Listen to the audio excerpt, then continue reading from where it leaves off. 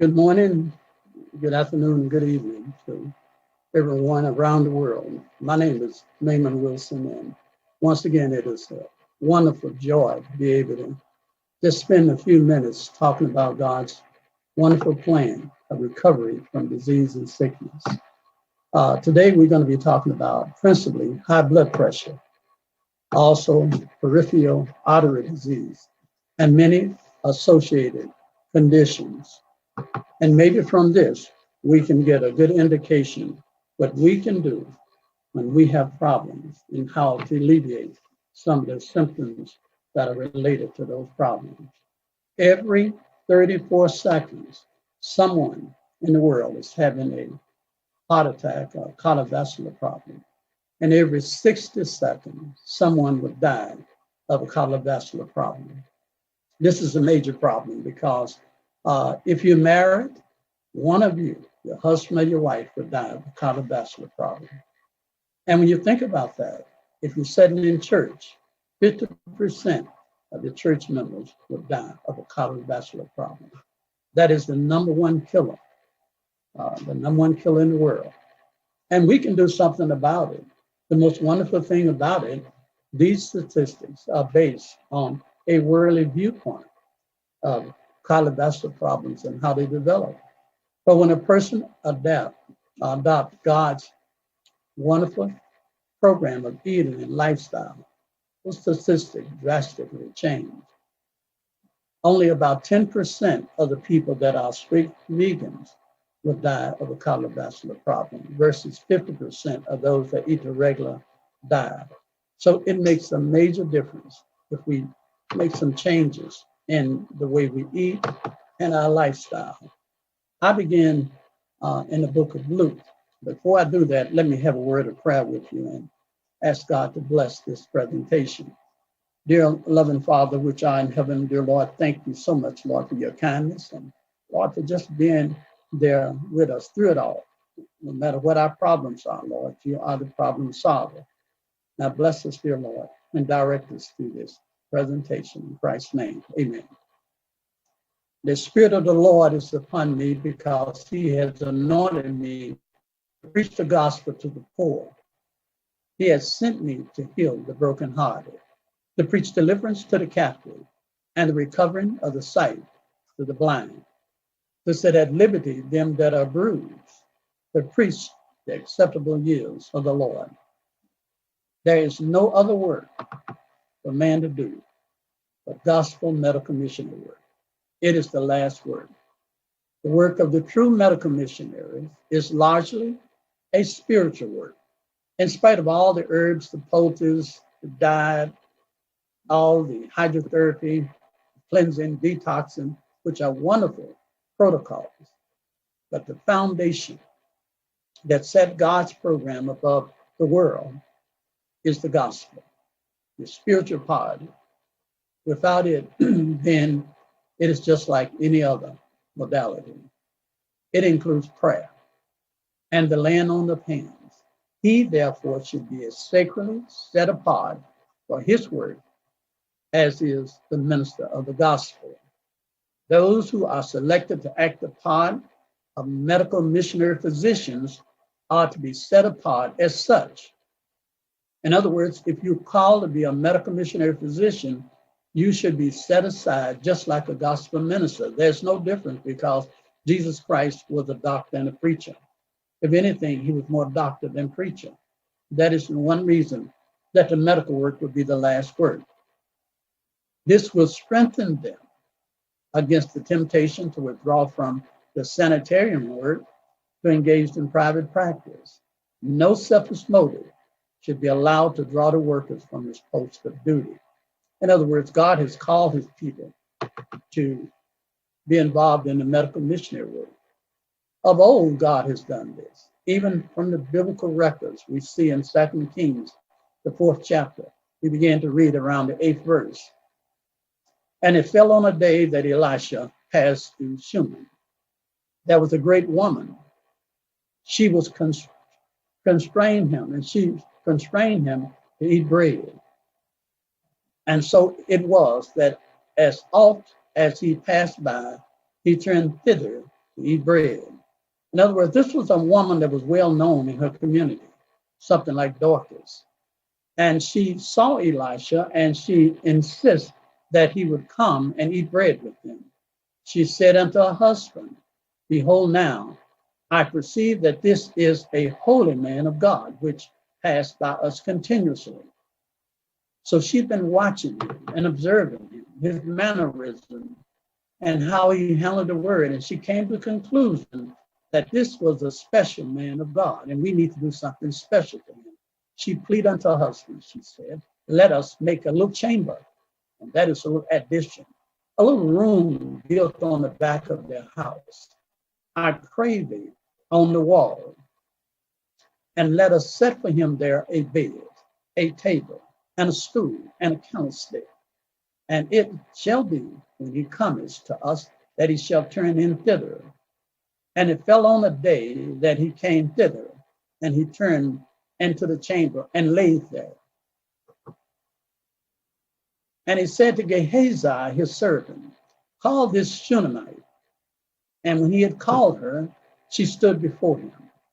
And he said to him, say now unto her, behold, thou hast been careful for us with all this care.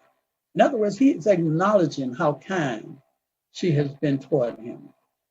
Provide him a nice place to stay and food. And he was really touched by her sympathy for him.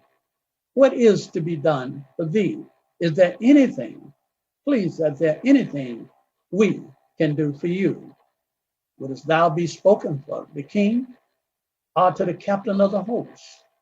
In other words, he said, now look, I know a lot of famous and wealthy people, and maybe I can mention your name, that you are a committed, hard worker, and maybe they could give you a position in the kingdom.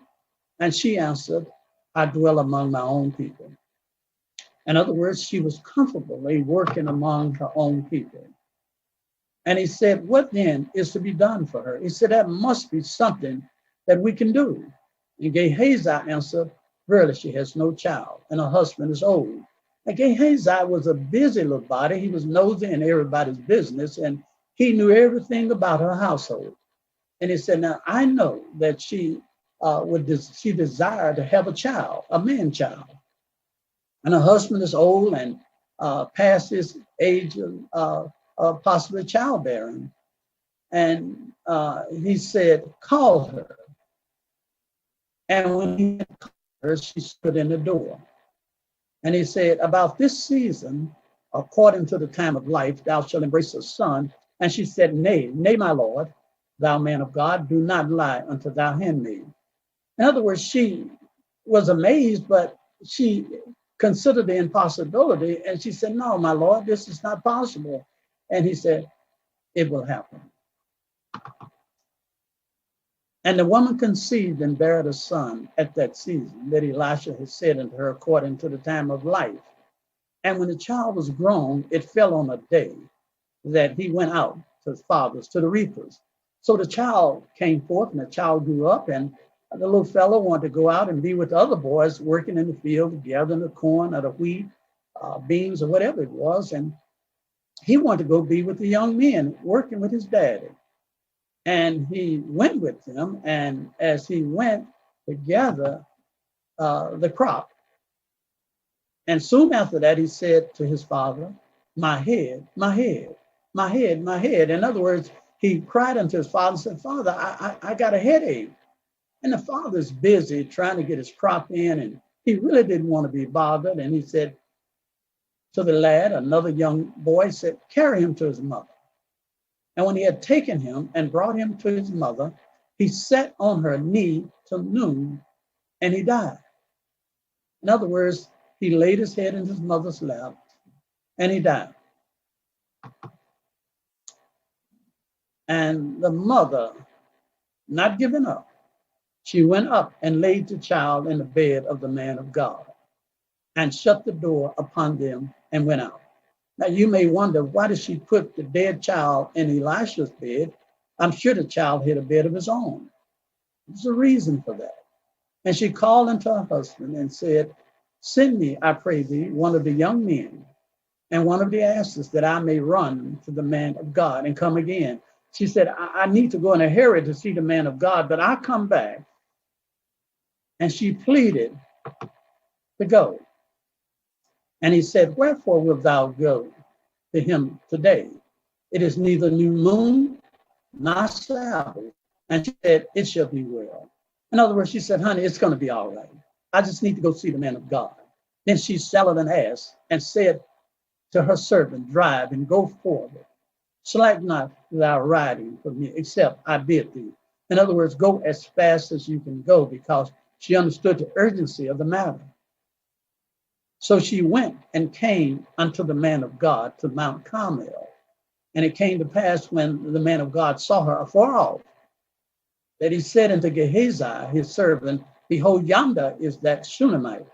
In other words, he looked out in the distance, he could see all the dust, and he could see the wagon coming in a fast pace, and he said, something must be wrong.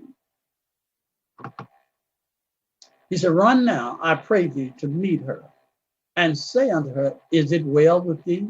Is it well with thine husband? Is it well with thy child? And she answered, it is well.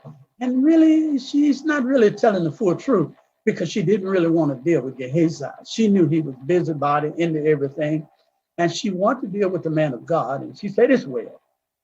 Now, if she had said, my child is dead, Gehazi would have told, woman, don't bother the master. Go home and bury your child. Leave him alone. She was determined to deal with the man of God. And when she came to the man of God, to the hills, she caught him by the feet. But Gehazi came near to thrust her away. And the man of God said, let her alone, for her soul is vexed within her. And the Lord has hid it from me, and has not told me. And she said, did I desire a son of my Lord? She said, did I come to you and beg you and plead you to give me a child? I did not do that. Did I not say, do not deceive me? In other words, you promised me. Then he said to Gehazi, girl, gird up thy loin, and take my staff in thy hand. I want you to understand that. Now, that staff have done a lot of things. Parting the sea and many miracles, deal with the prophets of Baal and many other things. And so Elisha thought that the power was in the staff. I'm telling you, brothers and sisters, the power is not in the staff. So he gave the staff to Gehazi and told him to run quick as you can and put this staff on the child. And if thou meet any man, salute him not. And if any salute thee, answer him not again. And lay this staff upon the face of the dead child. And the mother of the child said, as the Lord liveth, and as thy soul liveth, I will not leave thee. And he arose and followed her. Now Gehazi took off in a fast pace. And Elisha thought that the mother would go with Gehazi. She said, no, I'm going to stay with you.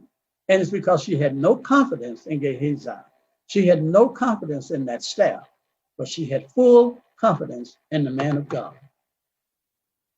And when Gehazi girded up his loin and took out the running, he came unto the house of the child. And when Elisha, when he came into the house of the child, he laid the staff on the dead child, and the child was not recovered. And eventually, when Elisha was come into the house, behold, the child was dead and laid upon his bed. And he saw the circumstance.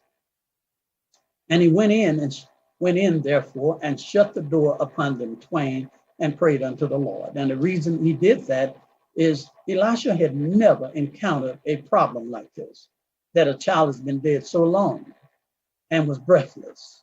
And so he had to have special communication with God, the great physician. And he called the head physician, and he put everyone out of the room that would hinder his prayer. And he prayed unto God that God will answer him and solve this most difficult problem. And as he paused a moment, God said, I reckon there's one case.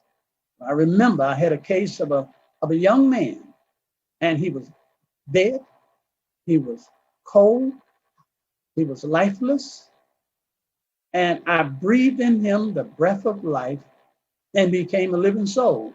And I can imagine Elisha said, Lord, you don't tell me anything else. You see, you don't have to tell a man of God everything. Just give him a little hint, and he's ready to run with it. And so immediately he got up off his knees, he went up and laid upon the child his heavy body. The heavy body of Elisha compressed the delicate diaphragm of the child, and the weight pushed out the carbon dioxide gases out of his lungs. And he put his mouth upon his mouth, and his eyes upon his eyes, and his hands upon his hand, and he stretched himself upon the child, and the flesh of the child waxed warm. In other words, the weight of Elisha pressed out the carbon dioxide gases. He put his mouth upon the child's mouth and breathed fresh oxygen from his body into the child. And then he laid his warm body on the child, which served as a heating compress, and that heated up that cold, stagnated blood. With these mechanisms of forcing out the carbon dioxide gases, manipulating respiration, inflating his lungs with good oxygen, heating his blood up. And with those three combinations, a miracle would take place. He then returned and walked into the house to and fro. He would get up from the child and do it back and forth and back and forth. This back and forth motion allowed the contrast of heat to cold contrast. His body heat him up, get off the child cooled down.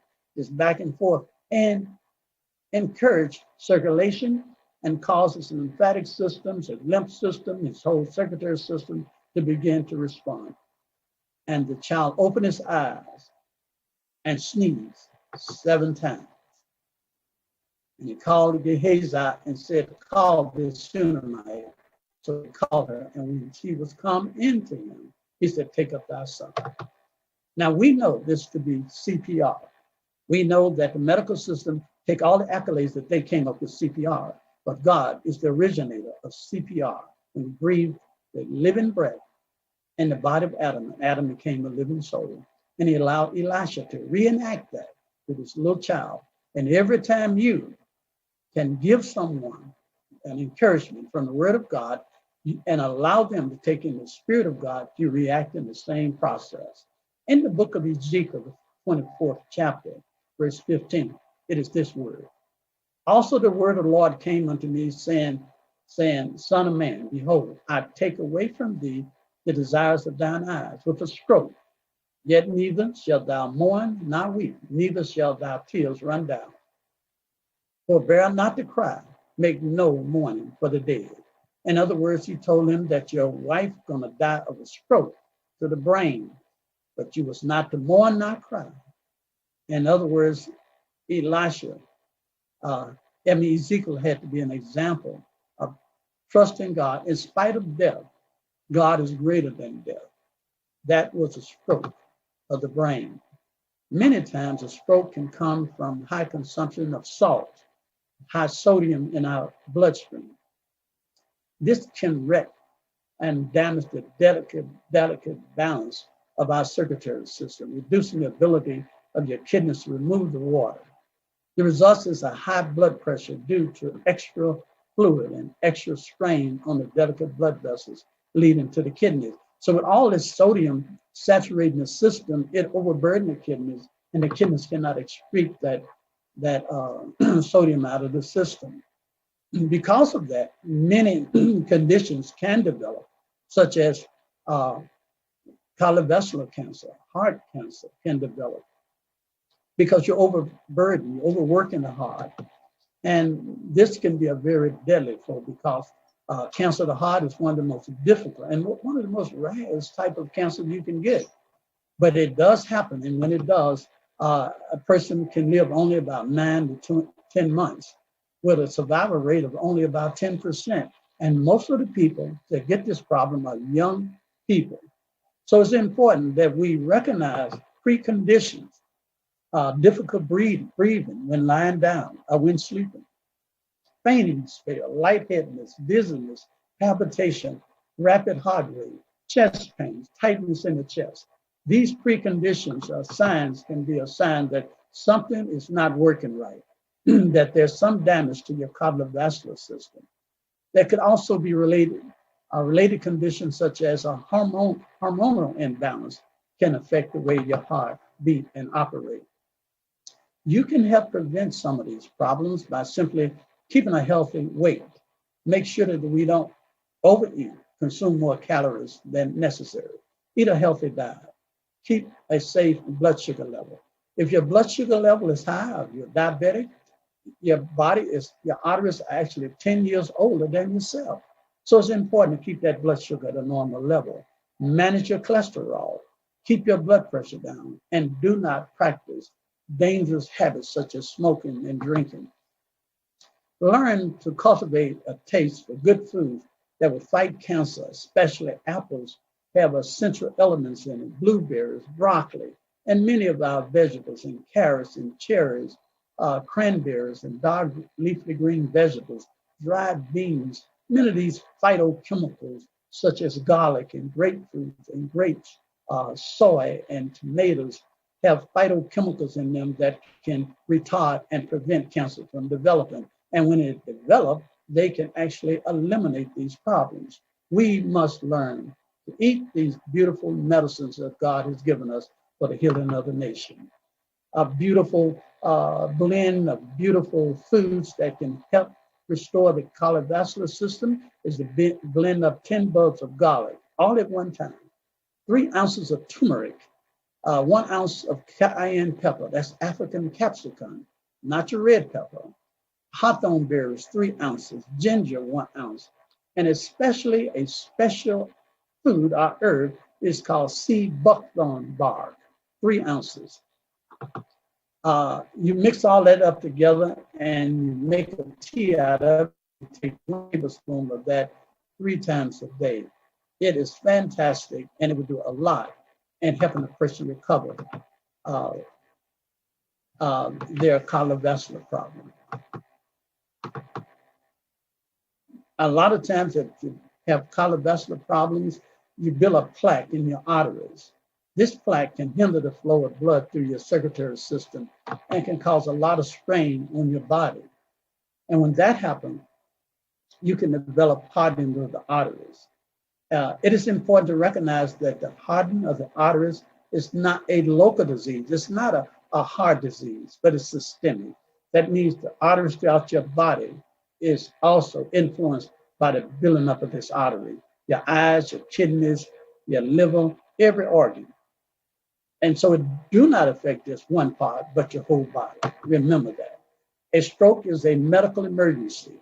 Stroke happens when blood flow to your brain stops. Within minutes, brain cells begin to die.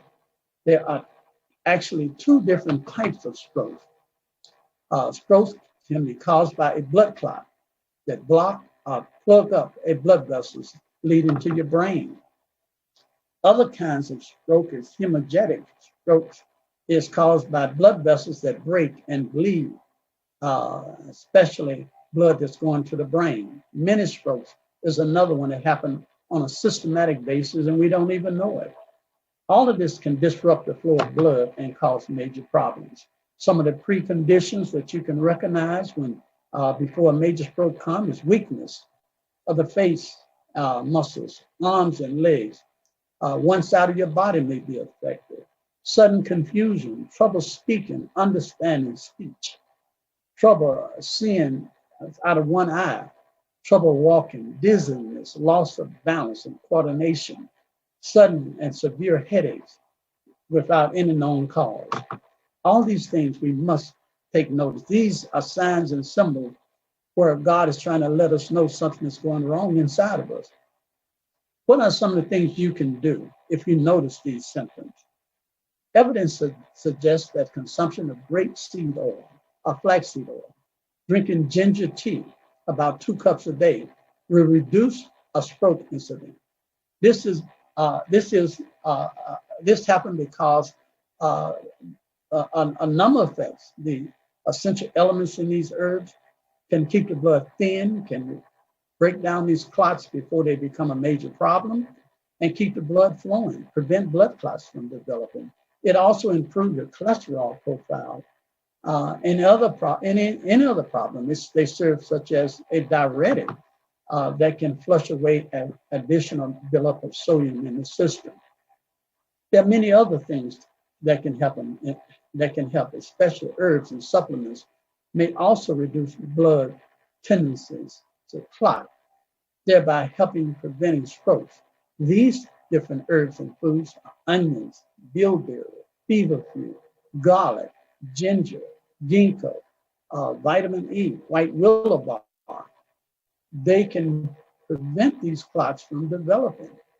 I love the combination of bilberry, 3 tablespoons of bilberry, 2 tablespoons of white willow bark, 2 tablespoons of feverfew. Put all that in 1 pint of water, make a tea out of it, drink 2 cups a day. It's fantastic. You'll be amazed how that can affect you and improve your cardiovascular system. Just taking 600 IUs of vitamin E 2 to 3 times a day can prevent blood clots from developing. A most important thing is making sure your bowels are systematically moving. Taking 1 tablespoon of some type of high fiber bowel cleanser. I love the fact, the one that I made many years ago, and I take psyllium and senna, taking 1 tablespoon of psyllium husk powder, mix that in about 8 ounces of water or juice, shake it up real well, and drink that before you get too thick. Do that 2 to 3 times a day. Also take about 3 capsules of senna, Senapod tea every other day. Do not take senna every day. Take it every other day, and you will not have the griping or the diarrhea that will be associated with taking senna. Also, anytime you're dealing with a cardiovascular problem, there's too much fat in the blood, you can reduce that fat, reduce your cholesterol, your LDL cholesterol. You can reduce that by going on a liver flush, and that's simply by drinking some olive oil and lemon juice. In doing that, you can clean out your gallbladder and your liver, and that will be just fantastic. So now, before you do a liver flush, go on an apple juice cleanse, drink plenty of apple juice, or eat apples a day or so before you start a liver flush. That would enhance the ability of your liver to flush out all that surplus grease and oil that is trapped in your bloodstream. Cardiovascular disease comes from eating too much fat. And this increases your risk of a number of heart threats. For starters, eating lots of fat can make you fat. And yes, these high calorie foods contain much more calories than the body's needed. And so it increases your chance of having cardiovascular problems twice as much.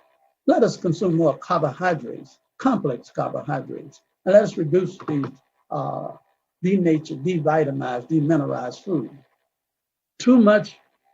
Eating too much of certain types of fat can lead to other problems. A diet rich in saturated fat, especially found in fatty meat products and dairy products, and also pastries and cookies and cakes and candy. All of this can elevate your LDL cholesterol and lower your HDL cholesterol. It can cause major problems with your vascular system. So let us reduce the amount and eliminate many of these bad fats. One particular formula I like for the liver and also for the vascular system is to take 2 tablespoons of peppermint. Peppermint really is an extract from black pepper. Also take about 3,000 milligrams of vitamin B3. Vitamin B3 is niacin. It'll make you flush. It's a capillary dilator, which you want to happen, but it makes your skin feel red, cause it to dilate, feel warm a little bit, make you think you got some type of allergic reaction, but that's a normal process. Don't worry about that. Cayenne pepper, about 5 tablespoons. Ginger is a blood thinner. Vinegar is also a blood thinner, about 3 ounces of that. Mix all that in blackstrap molasses, about 2 to 3 tablespoons full of that. Mix it all up together, take about 1 tablespoon 3 times a day. You'll be really blessed if you would learn how to put a simple formula together like that. Other factors that increase your chance of developing disease that is associated with cardiovascular problems is diabetes, high blood pressure, high cholesterol, high triglyceride. All of these can cause major problems. And especially if you're overweight, at least 30% above your normal weight, you increase your chance of cardiovascular problems. You increase your chance of a stroke. Be mindful of fatigue, dizziness, shortness of breath, chest pain, lower back pain, erectile dysfunction, ED. All of this is associated with high cholesterol. Many lifestyle changes that we can take on that can help us to be able to deal with these peripheral artery disease if they detect it early enough and allow your body time enough to make the changes. Now, doctors will approach it a little different. Physicians may also recommend medications to treat conditions that worsen, bring about complications of leg artery disease. These medications may include cholesterol-lowering drugs, blood pressure lowering medication. They may also need to take medication that reduce blood clots, to reduce the chance of having a stroke. So they may want to put you on a blood thinner. But with all of these come side effects, and you need to be aware of that. But from a natural biological perspective, researchers have tested the effects of seed buckthorn oil on a group of male patients, how it reduced the risk of developing blood clots. So if you have a problem with thick blood or blood clots, I strongly recommend, try some seed buckthorn bark. Now, I know that many of you that have some type of cardiovascular problem or blood clots, doctors put you on an aspirin a day, a baby aspirin a day. Let me give you a formula that is fantastic with no adverse side effects. This is a natural aspirin. Take 2 ounces of seed buckthorn bark, 3 ounces of white willow bark, and the white willow bark, mind you, is the very herb they make the aspirin from. 1 ounce of cayenne pepper, 2 ounces of ginger, 8 ounces of garlic, 2 ounces of vitamin E oil, 500 milligrams of vitamin 3. Mix all of these together and take 1 tablespoon 3 times a day. This will give you even more protection than an aspirin without any adverse side effects. We have this word from God, from his inspired writer, Ellen White. She said, by the use of poisonous drugs, many bring upon themselves lifelong illness, and many lives are lost that might be saved by the use of natural method of healing. Poison contained in many of the so-called remedies create habits and appetite that meant ruin to both soul and body. And so, in other words, taking these very dangerous drugs can have some really bad complications. Doctors also recommend you to take a beta blocker and vascular dilators, but there are natural beta blockers we can take, such as hawthorn berries. You know, by taking 250 milligrams of hawthorn berries 3 times a day can serve as a beta blocker. Also, by taking amino acid complex, CoQ10 is an antioxidant. Magnesium helps relax the blood vessels in the capillaries. Calcium is also very healthy for the capillaries to keep them from solidifying, becoming too hard. Potassium, you need to take about 99 milligrams of potassium 3 times a day. That keeps your blood at a right pH. L-arginine actually toned the heart muscles. L-phenylalanine, tryptophan, tryptophan is an amino acid that also give a calming effect and a relaxing effect to your central nervous system. These things and others can be of tremendous help. Now, before my time is spent, I want to talk about the vascular dilators, which are really important when you deal with poor blood circulation. In particular, garlic and cayenne pepper. These are really the main catalysts between people that want to take a natural vascular dilator. So what kind of supplements and herbs might help the blood circulation? Anything that acts as a vascular dilator, a substance that allows blood vessels to open up wide and dilate, would be useful in improving circulation. Some of these substances are foods like cayenne pepper, for example, can be added to your food by simply taking 1 ounce of cayenne pepper and mix it in a formula. Can be really fantastic.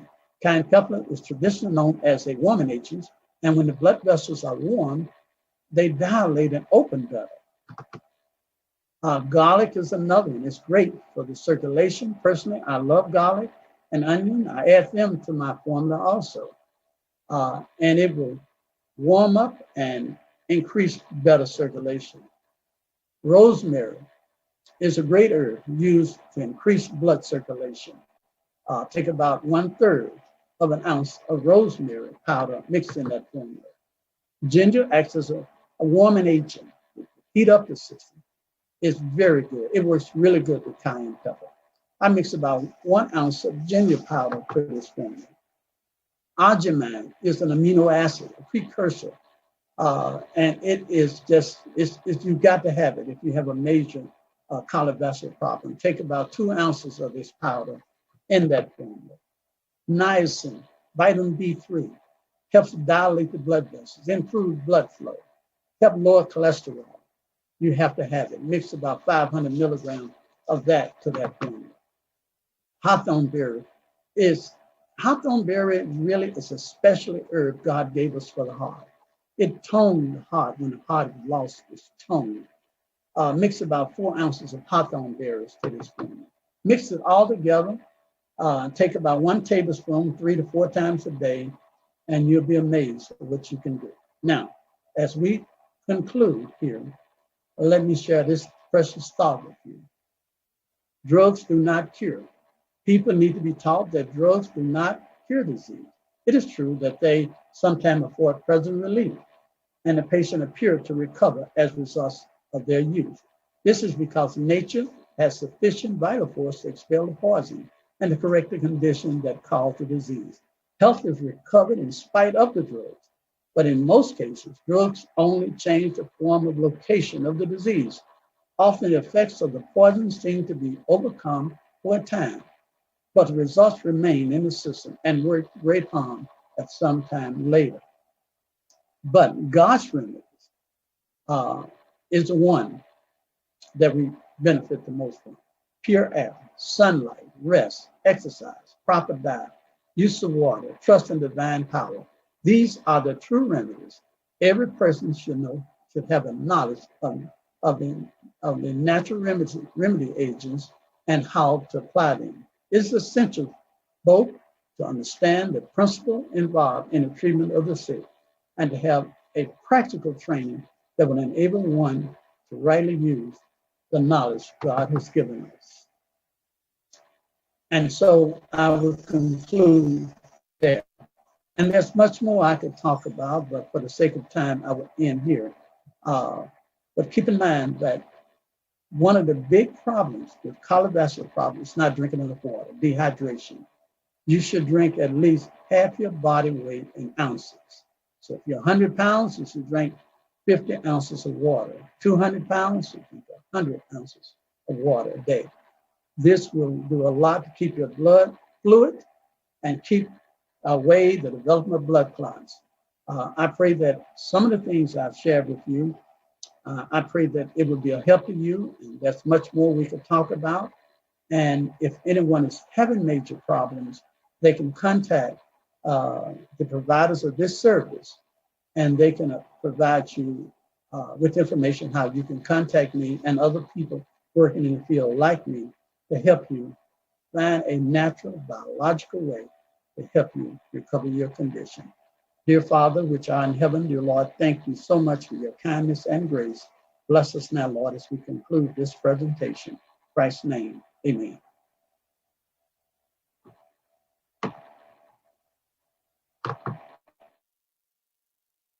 I saw one weary, sad and torn, with eager steps pressed on the way, who along the hallowed cross had borne, still looking for the promised day. While many a line of grief and care upon his brow was furrowed there, I asked what buoyed his spirits up. Oh, this said he, the blessed hope. And one I saw with sword and shield, who boldly braved the world's cold frown, and fought unyielding on the field to win an everlasting crown. Though worn with toil, oppressed by foes, no murmur from his heart arose. I asked what buoyed his spirits up. Oh, this said he, the blessed hope. And there was one who left behind the cherished friends of early years, and on a pleasure well resigned to tread the path betrued with tears.